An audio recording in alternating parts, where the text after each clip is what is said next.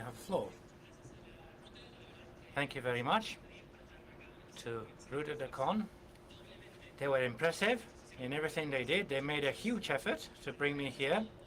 So thank you everyone for coming back from lunch so fast. I'll be telling you about a very interesting project that was started some time ago. But before that, let me take the opportunity to invite you to come along to a conference in security that we are organizing in Buenos Aires in Argentina on the 4th and 5th of June of this year. Workshops and things, a nice excuse to go away from the heat of the summer in Spain. That's the basic info for the conference. A couple of speakers have been confirmed already. And by the way, I have 2 t-shirts to give away for those that give us an answer quickly. 2 questions that I have to pose later on. So, let me start. Back in 1995, I had an idea to block a computer using hardware. At that time, I was very young and I was interested and intrigued by this new thing, the internet. So I was thinking about the typical Hollywood situation where someone is using a computer, a laptop, in a bar. And I was wondering, what happens if someone takes my equipment from me physically? By the way, who uses disk encoding techniques? Lots of people. Who uses hardware encoding? Well, software reduces performance, but it's okay. So then we have disk encryption. If our laptop is stolen, we may be certain that we will miss the equipment itself, but the information will be safe. And then inside the equipment, inside the laptop, we also have an operating system where we can encrypt the boot part or the home part or certain file systems. And that is protected under a key file, a certain file, biometrics, whatever. But when we talk about all of these things, the Achilles' heel, if you like, is when the laptop has been unblocked. Because all those protection items that we have introduced have been circumnavigated, if you like.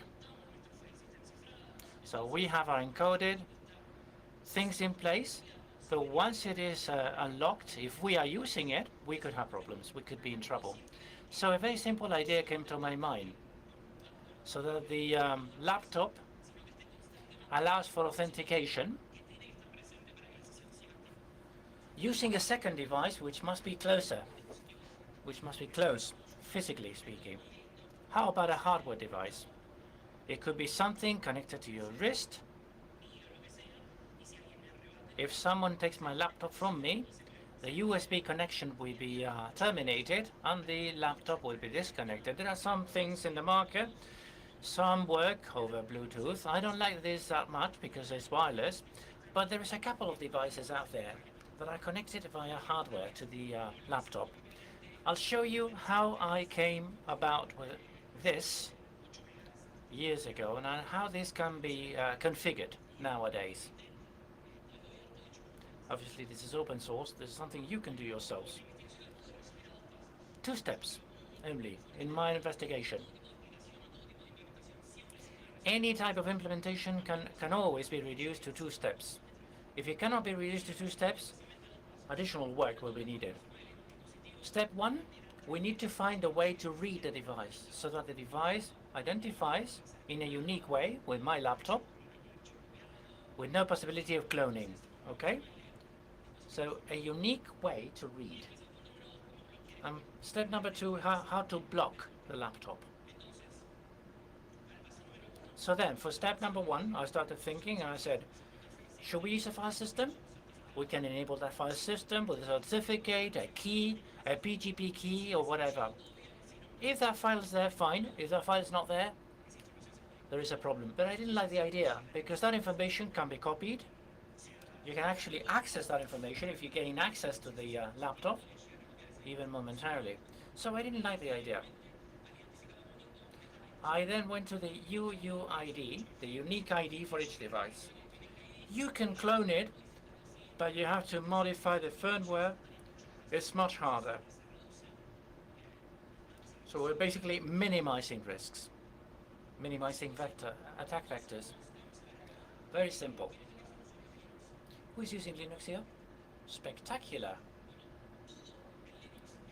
Everything in Linux is a file. Everything happening in a laptop is a file. Some can be read, some can be written. So, handling devices of any sort, be they solid, be they through USB, hard disk drives, whatever, they're all files. So, we register the new device using this and use a unique identifier, and then do checkups every 10th of a second, for example, to see if the device is still there. That's it. For step number 2, the actual blocking of the system, I decided to use dbus. Who knows dbus? Lots of people. Wow, good vibes. Excellent. Good stuff. You will not allow me to say lies. dbus is a very robust tool, very powerful tool. It is an IPC software, interfaces communication. That means that all communication between applications and between applications on the operating system goes through dbus. dbus monitors everything. dbus can even handle software and hardware interrupts, which is where we will go to today. This is a very strong piece of software.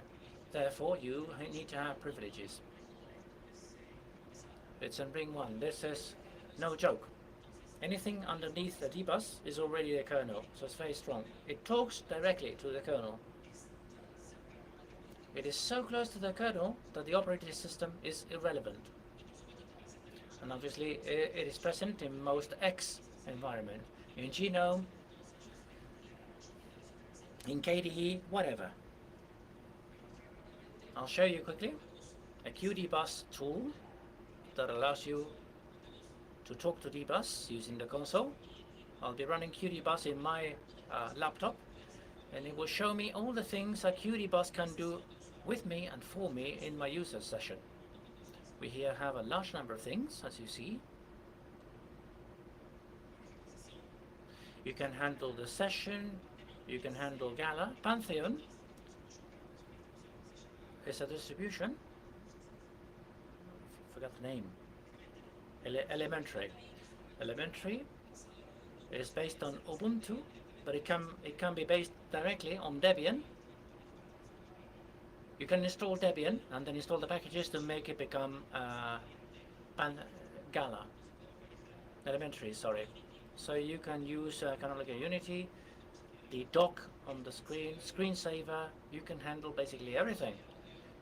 The Pulse audio server, the secrets, all the logins that have been cached in my session.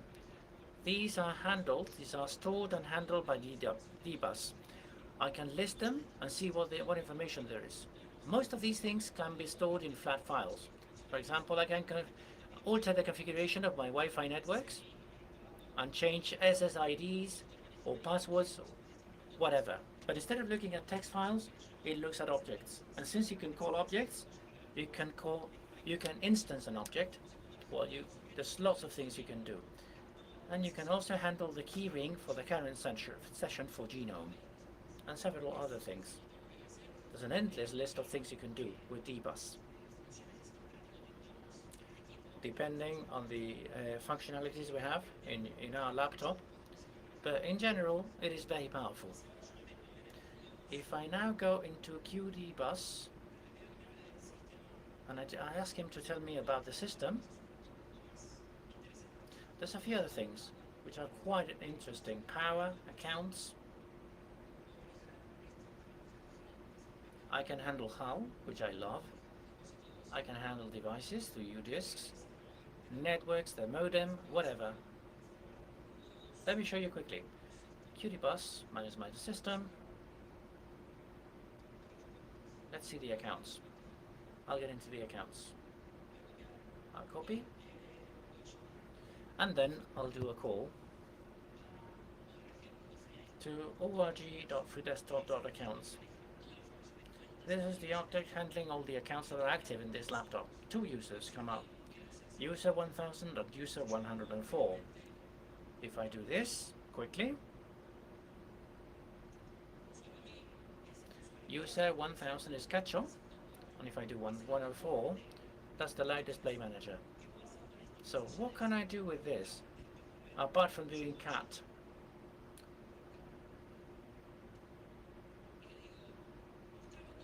I can ask it to show me what we can do to use with user 1000. Absolutely everything we can do. And here, let me minimize it. Here we see, can you still see it? Yes. I have all the things there listed, all the things we can do, the properties that we have here, the read properties. For example, the background file, the email, the format applied for the currency, date and time, location, home directory, lots of extra pieces of information that wouldn't be that easy to get if we were looking for the files. But it's not just that. I'm talking about objects. We can have instances of objects we can interact with through an application we can develop in whatever language. So we can say what the shell is for this user. We can find out whether this is a system account. So let me ask, user 1000 system account, false. However, if I ask for user 104, part of GDM, that's true, it's a system account. From then on, I can go into many other things about availability. But that is not everything. We can do other things. We can do settings. We can ask it to go for set icon file. We can go for the Boolean variable, set locked. And here, the password is requested. If instead of asking about the account, I ask about how, it will give me information about every single device connected to the laptop. Those that are on board and those that are peripherals. The USB for my remote control can be recognized. The LCD projector can be detected together with the brand name and everything. So I can select any of these. For example, the battery. Es decir, decime todo lo que tengas de la batería. So I can ask it to tell me about the battery. Everything I can do with the battery. Regarding properties. So that we find out how much battery is left, how many cycles, what useful life cycle we have, the watts, the amps, everything about the battery. And then different remove things. By software, we can disconnect the battery for better use of that battery. This has the developer in mind, of course, but we can go one step beyond and make it even more interesting.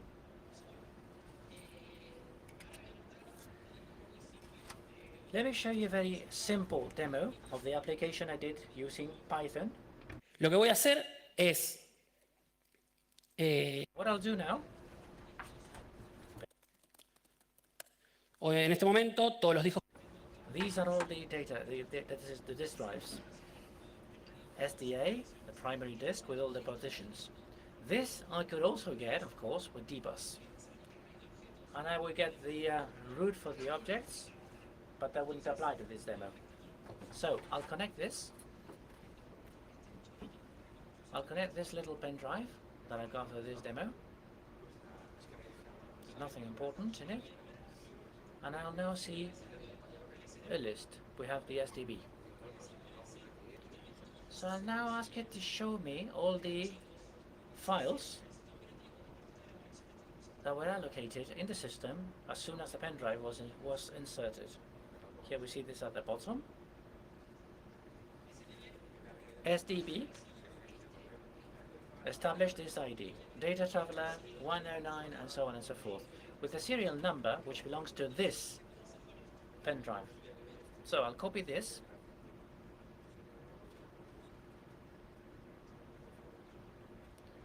I'll go to the right directory. By the way, I use nano so that we can see the different things in different colors. Okay, different colors is a helpful thing. Here we have data for different devices from different demos. All I will do here is to paste that file. What it does is it calls the object. We do dbus session bus. Why not system bus? Because this belongs to my session. I don't need to speak to the system. Session bus. So I call this object screensaver. We'll talk to the screensaver.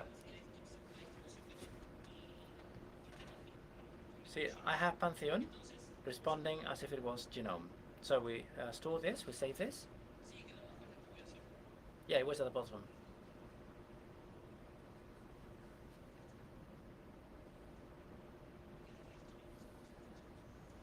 We don't know whether this will work or not, the demo effect.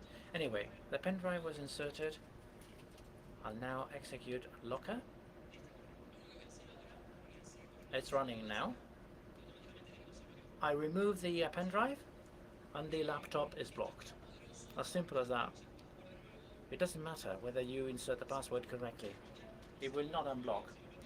It will unblock and block again in 0.1 second. Authentication at the level of the operating system is still there, but there's something stronger beneath it called dbus, which is telling you, I don't care. I like your password, I like your username, fine, but I'm blocking you because you don't have the pen drive. I'm blocking this heavy stuff.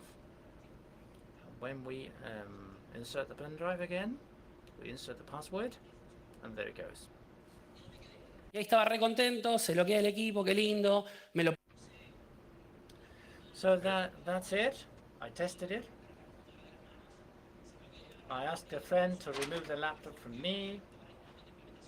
There's a lot of implementations in this sense. I saw this in a conference in Hungary, for example in a Fitbit. If they go too far away from the laptop gets blocked. But I wanted to go one step beyond. What else can you do?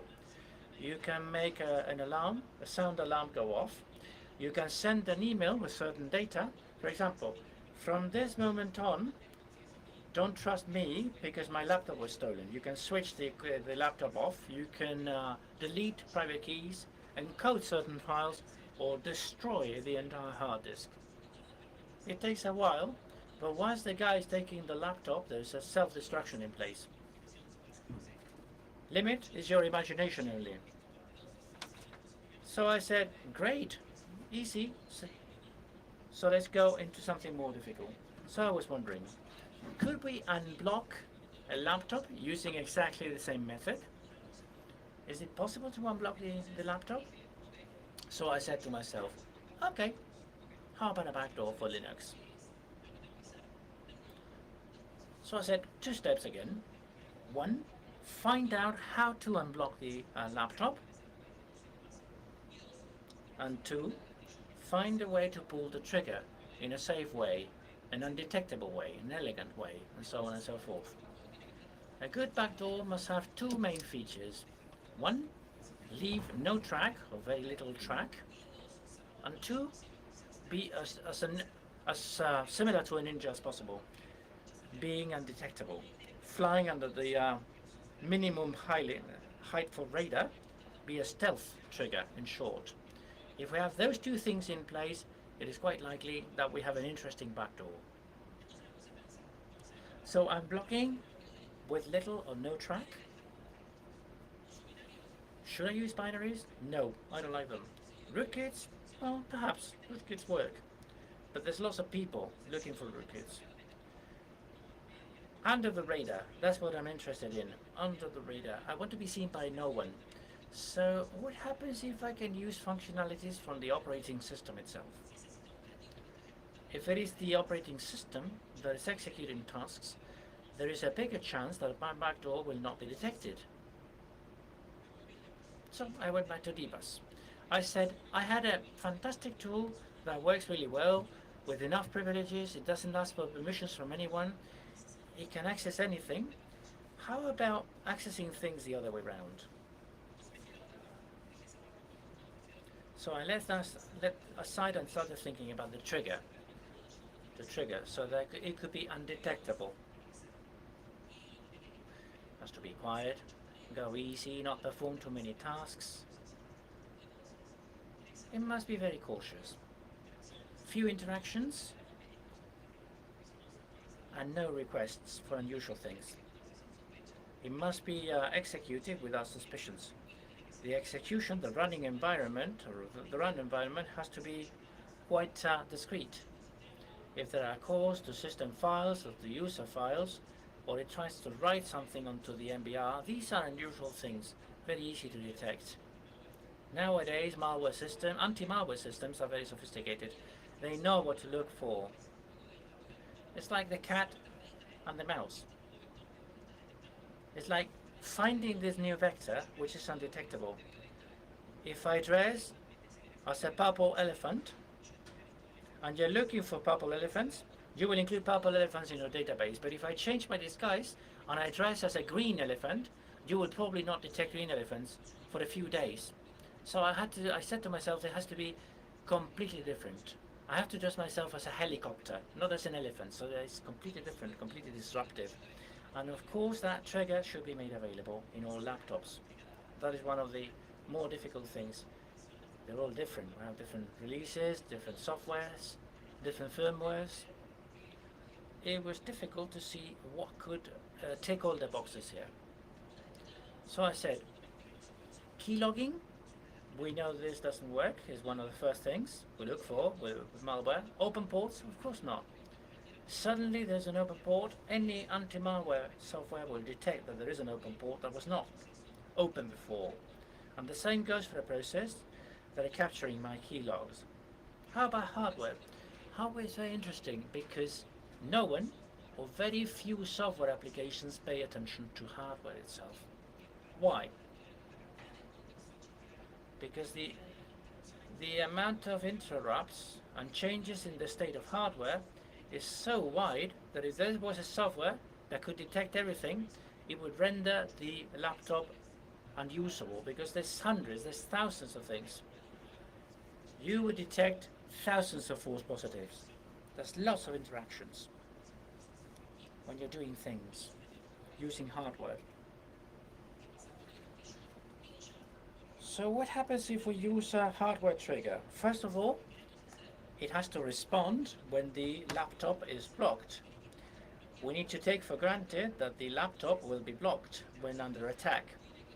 So the interaction with hardware has to respond when the laptop is blocked. 2, the operating system cannot interfere because if we really want to establish an actual interaction with the laptop, the operating system might be looking. If it's looking, the antivirus software might be looking as well. We cannot have the antivirus software looking carefully. So we must have no interferences from the operating system. And the third thing is that that trigger cannot be disruptive because changes in hardware might lead to the laptop shutting down, blocking, or going to a state where we cannot recover the laptop anymore. So bearing in mind these 3 basic requirements, network connections, too disruptive. The operating system does interfere. We have the network port configured for auto login, hot plug or whatever. There is a switch and the operating system operates with DHCP and things like that. Too many interactions. And then it's very easy to detect changes in the connection, generating alerts. Even the disconnection itself could create an alert. So it's too many detections, too many interactions. Network connection doesn't tick the box. Screen brightness, I was really excited with this. Screen brightness is an interesting thing. The operating system doesn't handle it in an interactive way. It responds. For example, I'm lowering the brightness and the operating system says, okay, fine, that's it. Why did I have to forget screen brightness? Because screen brightness cannot be handled when the laptop is blocked. Block your laptop and try to modify brightness. It doesn't respond. It's closed by default. How about power? Power I discarded for other reasons. It might work. Power tells the operating system and the operating system responds saying, okay, However, power might be a problem because if the battery is dead or configured so that when the power is off, it has to die, game over again. So power has to be discarded. So then what? And here goes the first question, a t-shirt in exchange for the answer. What do you think could respond when the laptop is blocked? No interference from the operating system and not being disruptive. And at the same time, it must remain undetectable by antivirus software and must be made available to all laptops in the market. Don't move the slide. You don't have any authorization from me to respond. In exchange for a t-shirt, someone has an answer? The keyboard might be detected with a keylogger. Your backdoor must be looking at the keyboard. It might well be that someone says, look, there's someone looking at the keyboard. It has to be a keylogger, game over. Sorry, we're not getting sound from people not using a microphone. The microphone. Exactly. You're nearby. You earned your t-shirt. A round of applause. El micrófono aplica en la categoría. The microphone is the close brother of what I tried. I went to the audio jack. What happens with the audio jack? Why is it so powerful? First of all, detection of changes in state is purely mechanical. There's no interaction with software. It's not like connecting HDMI or using a network port or a USB device. The operating system cannot do anything, whatever state it is in. When you connect your headphones, the circuit is closed and the sound device sends information to the headphone. There's no way to stop this, okay? That's how it works. So by default, the circuit is closed and the info goes another way. With the laptop lock, whatever, it doesn't matter because it's purely mechanical. So hardware wins over the operating system. It defeats the operating system. The only thing is, I connected headphones, so stop sending audio through the speakers. The operating system says, okay, I'll send you audio through your headphones. And that's hardware. It is not asking for permission. It does it, and then the operating system finds out. So that would be a way. That would be a way. And then who checks this? Who checks this?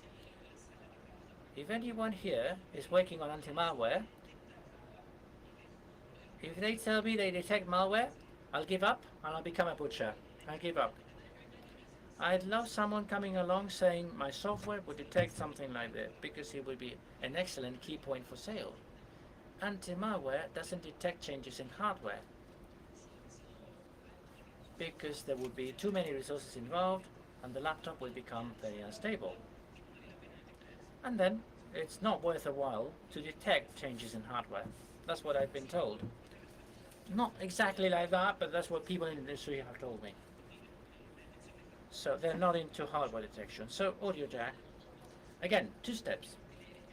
We need to read this file. That might change depending on the distribution you're using. There's probably, this is the path, either this or with very slight changes, and then look for changes. Let me show you the jack.py demo. By the way, if you play around with your connector, you may ruin the soundboard in your laptop. It will go wild. Okay, you may damage your laptop with it beyond repair. Con una compu vieja que no les moleste romper el jack. Entonces, So, what I'll do is show you the contents of this file and see how it interacts with our headphones.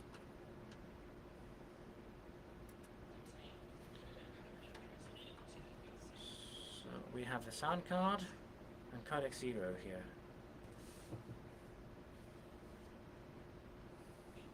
Okay. So this is my sound card, a Realtek card. Where is it? Here we have the nodes.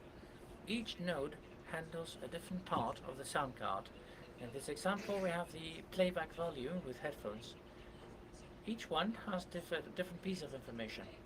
For example, bit rate, hertz, everything related to the features of that sound card.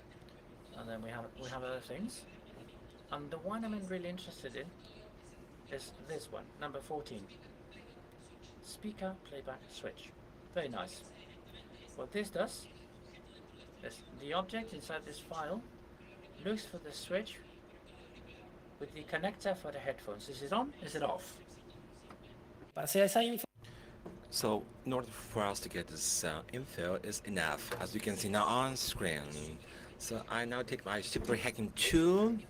You can buy it on my website for the good amount of $60,000. We'll plug it into the ear jack. So now it's well connected.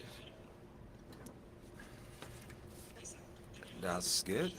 We got this as embedded, and this is this. I'm not in. una variable fija como para yo confiar.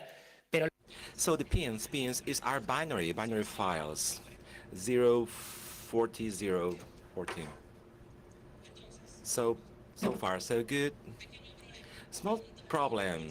What happens with a second shirt? What happens in the victim wants to use their headphones. So the guy wants to go to the toilet with her headphones connected.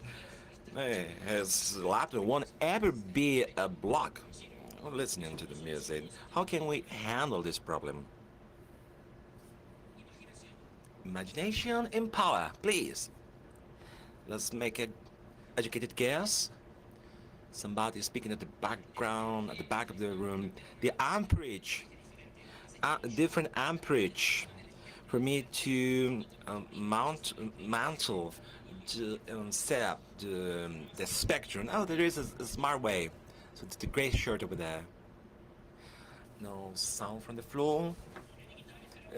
Taking on, taking off. That's good. You got the shirt. We put it on and we'll remove. This is it. Good imagination. Very simple. We create a pattern for the states that not never be connected or disconnected. So our laptop is reacting to what we really want to react. So we install some every second checks. 0, 1, 1, 1, 0, 0, disconnected, 1, connected. Block is like the football game. I like you love it. What I'm saying, you discovered the game I'm playing. So checks every 1 second. If we replicate this with our headphones, we can match the buffer, which is filling in. Our script is checking every second. Is connected. 1 is not connected. 0. When I generate the pattern, it wakes up and executes. This is the demo now on screen. Back to yeah, I blocked the laptop. Once again, I type in the password and I grab my super tool and I connect and disconnect. Now it's disconnected, so 0, 1, 1, 1, 0. Here we go.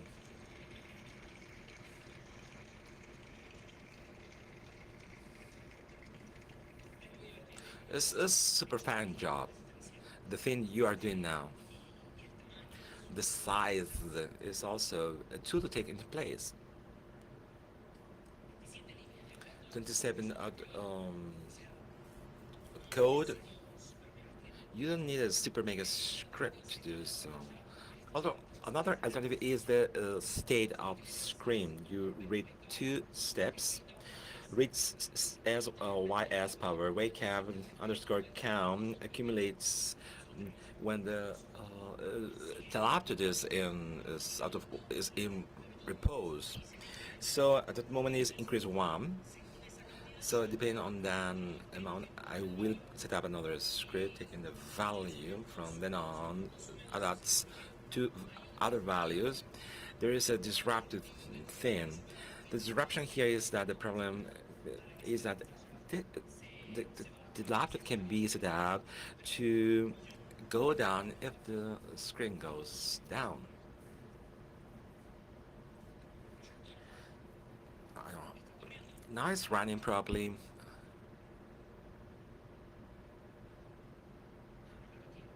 We got it. That's phenomenal.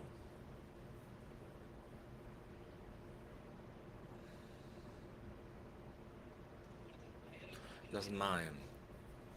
You have to block it for no tricks here. I run it. I block my laptop. Now the screen. Now it turns off. Yes, there. The wake up starts counting there. I go up. We got it. I get it down. It turns off, and when I get it up without touching the keyboard, this is it. We got it.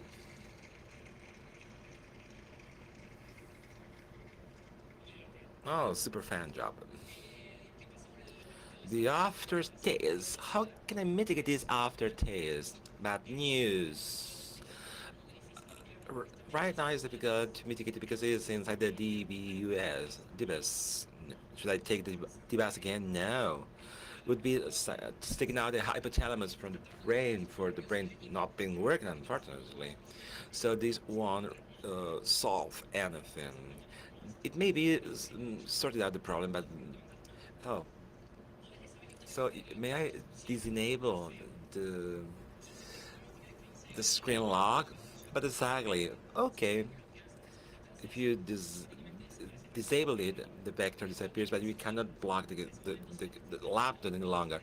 You literally need to shut up the section.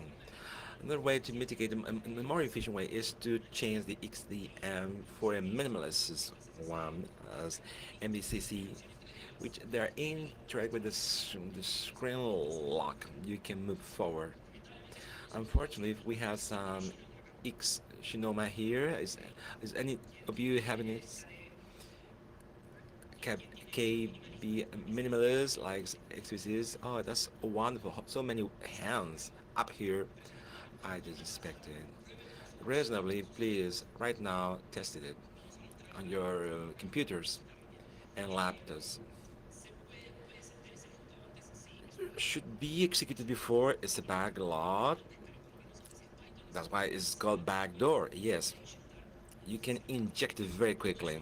As you may know, Python can do concatenations of things, and I can put it in some code or repository instead of breaking the sys. So he could have put in on some Python, all the remaining ones would have been infected with the gate of the backdoor or compromising another distributor. You can put the backdoor in the repository of the company. It's a line Python, which is totally unnoticed. Can be persistent, yes, on RC Loca, and the lab is persistent.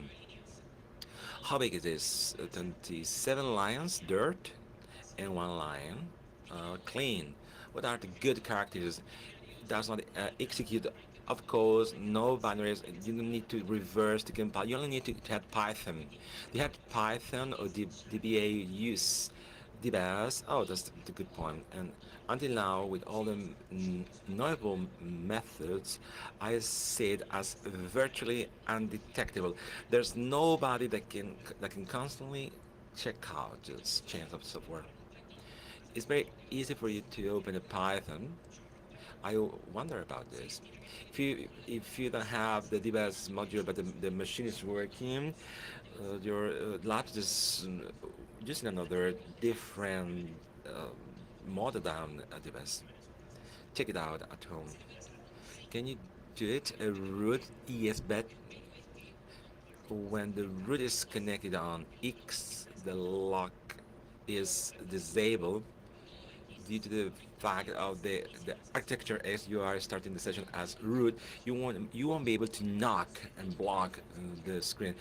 If rod bytes is configuring the screen, it would be as usable as the rest of the user. It won't be any limitation whatsoever, even though you are not a privileged user. WinDBus libraries can be implemented on Windows. WinDBus won't be implemented very normally. We also have CON, RPC, and DDDE with very similar functionals that can be also vulnerable. There's, we can do shell shocking. Yes. It's a shell shock is a null attack. This can be concatenated with any kind of remote code execution system. All the attacking vectors thought of about now, due to your security experience, when the RCD is applicable, new functionality is applicable. I won't put a bug in binary. I don't break anything. I inject it with RC this line of code and I leave it there. And when you are not paying attention, I plug in my headphones. I pretend to be to computer. So I'm connected with my laptop through a console.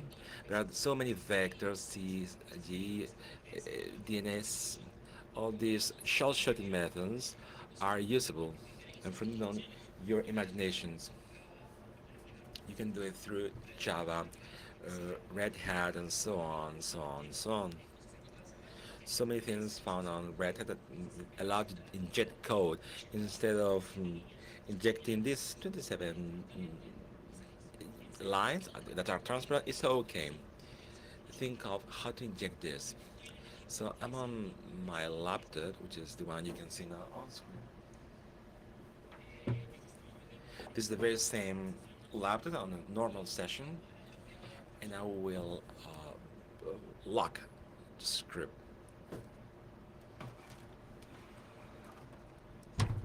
Always on top.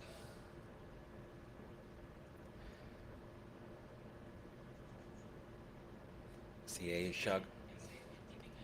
Doing the equal vulnerable bash, this is a test.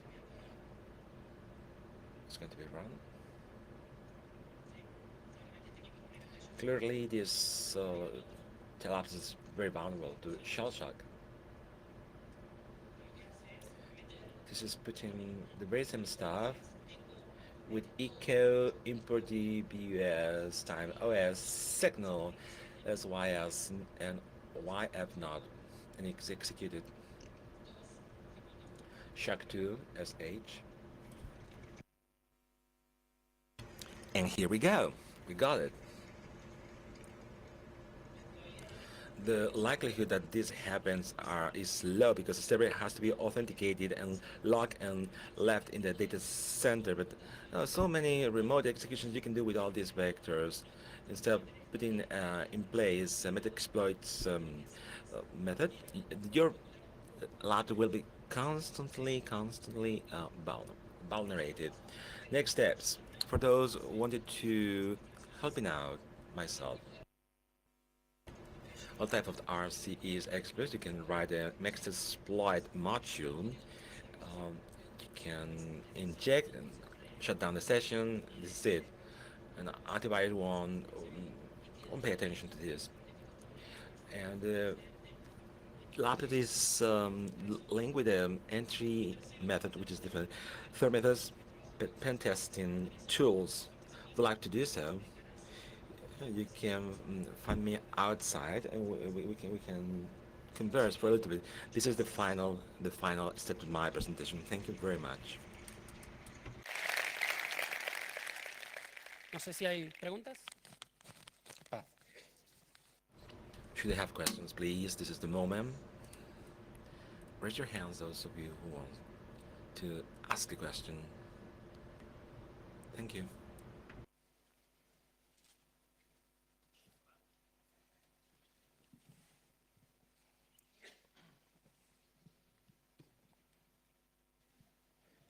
Hola.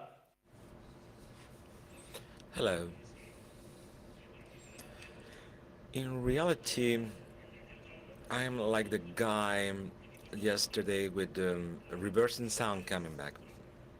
I have 3 questions for you. First question. Bar Pros would not be enough to do these files on Barra Pro. Barra Prog, I'm using it to read the state of the audio board, the block is the best. I mean the blocking, your blocking system, please, your blocking system. To block the laptop using the audio board, I mean the blocking system for USB with this device. It's not enough to use the bar profiles. Are they needed? We don't need to use the BUS. The blocking function is executed by the BUS. In order to implement your tool, do we need to use the BUS, or by seeing the files on Pro on the USB devices would be enough? Of course, you can use them. You can go through these vector, but how can you execute the vector of canceling the screen? How can you revoke a USB device? I have configured this device, for example, and I lost my pen drive. If you left it persistent, you have to initiate with a rescue disk and to take out of the RC locally the execution of the Python, or go directly to the Python and change it for the new pen drive conditions. I had another question. Would be the system vulnerable to this kind of devices, USB devices identified as USB keyboard? When they are detected, they inject decoders. It would be 1 second bit that gives time to open the terminal, kill your process. And it's not actually with a rubber ducky. You can do a very small payload, initiating as a keyboard, and injecting the payload on a registry. And locally, you can use it. You can use it as an injection vector. You should be on the physical laptop. You know how rubber ducky works. The payload script is injected. Put it on the RSC locally, and that's enough. Another question, please raise your hands clearly, please, and stand up. I have a question for you, Matias. This is also have a check. Can you develop this a little bit? Andre has so many limited things. Is native Linux taken from the last vulnerability from you get developed by Google. It does not appear on Google. DBUS is not presented in version 7 Android. We cannot proceed with the attack in the same way. We cannot exactly attack Android in the same way. I clarify. We cannot exactly do it. This is the very same attack on Android. I have a question. Tensi, are you familiar with Tensi? How can we implement something similar on Tensi with a audio jack for it to see some headphones, which are not headphones? We can try it, but we can bypass the mechanical detection of the ear jack connection. I can simulate connection, but the mechanical part is always to be closed within the circuit. I can picture it. So far, so good. I got a question here for you, Matias. I can hear you now. Good afternoon. Related to the romance questions, some Android such as Nexus 4 on the chat, they have a debugging interface. If you connect the jack with the resistance and amperage correct, we have the console on Android. Did you something similar in the laptop world? Not a thing I saw. As previously we audited the file, we could detect the amperage in order to conduct secondary and parallel activities. You can put these headphones instead of the other one. So far, so good. Matias, thank you for your wonderful presentation. Matias, hardware backdooring X11 with much class.